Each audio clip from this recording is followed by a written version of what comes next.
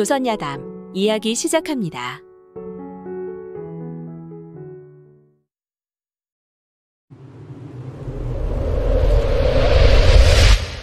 옛날 옛적 바가무개가 살았습니다.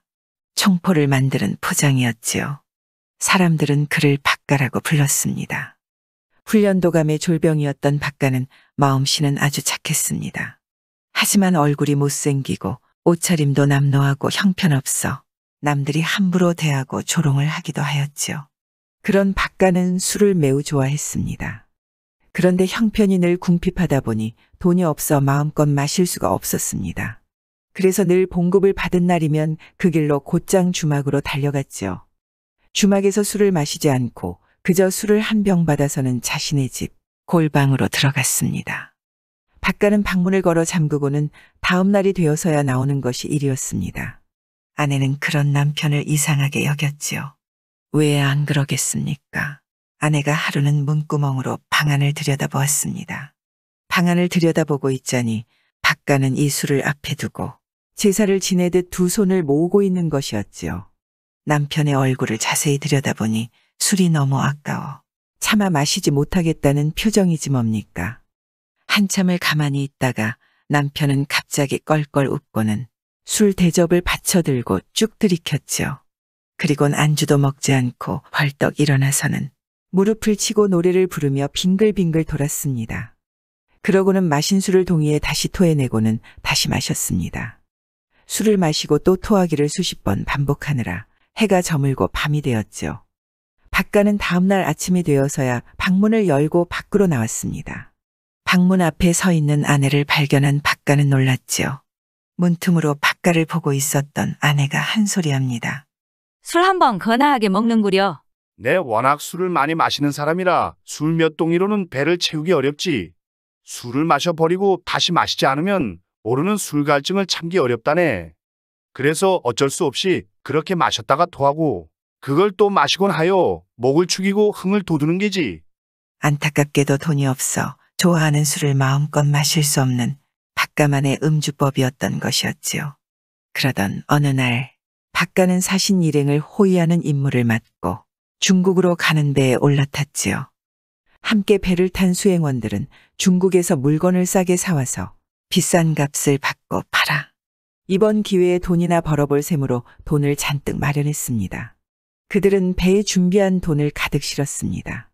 그런데 박가만 빈털터리입니다. 모두들 박가를 깔보았지요. 외모가 남노하고 돈 없는 것이 괄세 받을 일일까요? 하지만 사람들은 그랬습니다. 배가 출발하고 한참을 가던 배가 넓은 바다로 나가자 갑자기 파도가 일기 시작했습니다.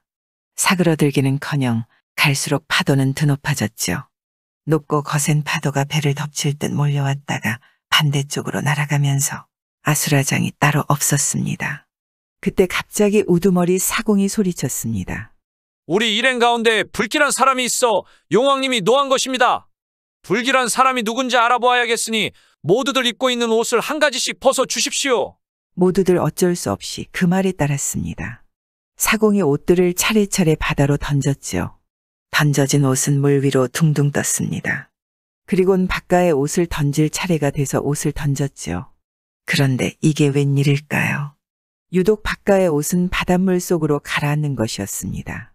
불길한 사람이 박가라는 증거였던 것이죠. 웅성거리는 사람들 사이를 뚫고 뱃사공이 소리쳤습니다. 한 사람 때문에 배에 탄 사람이 모두 물에 빠져 죽을 수는 없지 않습니까? 빨리 박포장을 바닷속으로 던져 우리 배를 구합시다.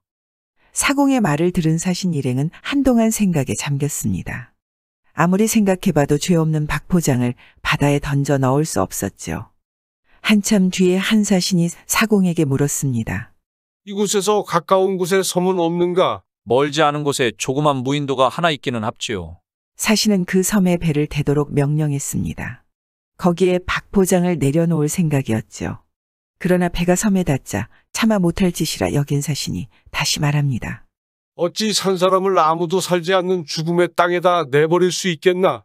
이제 바람도 약간 잠잠해졌으니 그냥 함께 가도록 하세. 사신은 다시 닻을 들어 올리도록 명했습니다. 그런데 출발한 지 얼마 되지 않아 배가 빙빙 돌기 시작하더니 조금도 앞으로 나아가지 못했지요. 배에 탄 사람들이 모두 한 목소리로 말했습니다. 이 배 안에 분명히 불길한 사람이 있소이다. 정이 박가를 배에서 내리게 할 수 없으면 다시 시험해 봅시다 그려. 그래서 사람들을 차례로 섬에 내리게 하였지만 배는 계속 빙빙 돌기만 하는 게 아니겠습니까? 그러다가 박가가 내릴 차례가 되었습니다. 신기하게도 박가가 내리자 배가 더 이상 돌지 않고 멈추는 것이었죠. 그러니 모두들 박가가 불길한 사람이라고 확신했습니다. 더 이상 사신도 박가를 배에 태울 수 없었죠. 배에 탄 사람들은 돌아오는 길에 꼭 데려가겠다고 박가에게 약속을 하고는 식량과 의복, 솥, 도끼, 칼 등과 함께 박가를 섬에 남겨두고 떠났지요. 무인도는 생각보다 훨씬 큰 섬이었지요. 혼자 남은 박가는 풀과 나무로 움막을 만들어 비바람과 추위를 피하고 조개나 소라, 청개구리나 메뚜기를 먹으며 허기를 채웠습니다. 며칠이 지나니 혼자 남겨진 자신의 처지가 너무나 서럽기만 하였죠. 하루아침에 무인도 신세라니 박가는 밤잠이 오지 않았습니다. 멀뚱멀뚱 눈을 껌뻑이며 바깥의 소리를 들었습니다. 그런데 날마다 바람 소리 같은 것이 새벽이면 산 쪽에서 바다 쪽으로 옮겨갔다가 어두워지면 바다 쪽에서 산 쪽으로 옮겨가는 것이었습니다. 소리가 클 때는 산이고 바다고 천지가 흔들리는 것 같았죠. 이를 이상하게 여긴 박가가 하루는 숲에 몸을 숨기고 엿보았습니다. 알고 보니 그 소리는 엄청나게 큰 구렁이가 기어가는 소리였지요. 구렁이의 몸뚱이는 대들보 마냥 굵었고 길이는 몇백 자나돼 보였습니다. 직접 보고도 믿을 수 없었지요. 눈에서는 불빛이 이글거리고 이놈이 꿈틀꿈틀하면 길에는 깊은 고랑이 만들어져서 배가 다닐 수 있을 정도였지요. 굴 속에서 기어나와 곰이나 사슴, 멧돼지 등을 닥치는 대로 삼키고는 바다로 들어가서 물고기나 거북 등을 먹어 치워버렸습니다. 박가는 칼을 날카롭게 갈아서 구렁이가 다니는 길목 곳곳에다 칼끝이 조금 튀어나오게 묻었지요. 총포를 만드는 사람이니 번뜩이는 생각이었습니다. 또 주변 숲에 대나무를 베어내고 밑동을 뾰족하게 깎아 놓았습니다. 날이 어두워지자 구렁이가 바다에서 나왔습니다. 그리고 산으로 올라가려고 그곳을 지나다가 박가가 꽂아둔 칼끝에 걸려 주둥이부터 꼬리까지 쭉 갈라졌습니다. 며칠이 지나자 온 섬 안에 비린내와 썩는 냄새가 진동을 했습니다.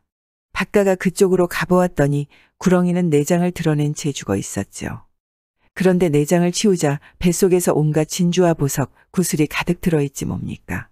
박가는 풀을 엮어 그 보물들을 싼 뒤 헌 옷으로 덮어두었습니다. 모두 6섬이나 되었지요. 섬에 혼자 남아 배가 다시 나타나기를 기다립니다. 반년이 지났을까요?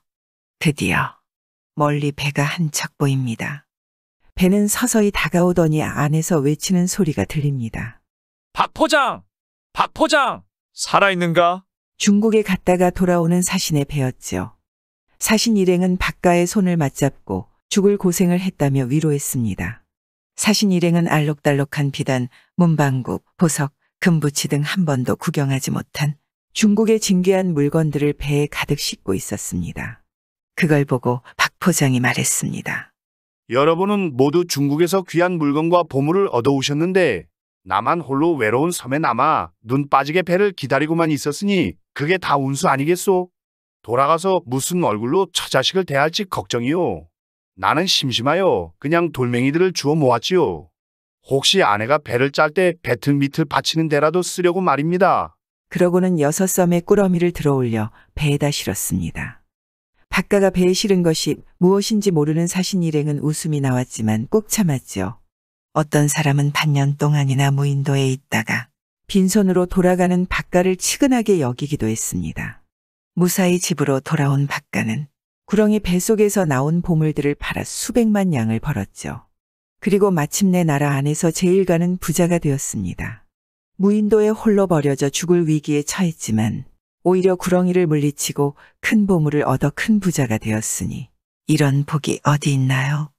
살다 보면 큰 위기를 겪고 오히려 더 크게 성공하는 사람들을 봅니다. 전하의 복이라고. 힘든 순간 용기 내어 한 번 더 일어서라고. 이런 이야기도 전해지나 봅니다. 와 함께 오늘도 좋은 날 되세요.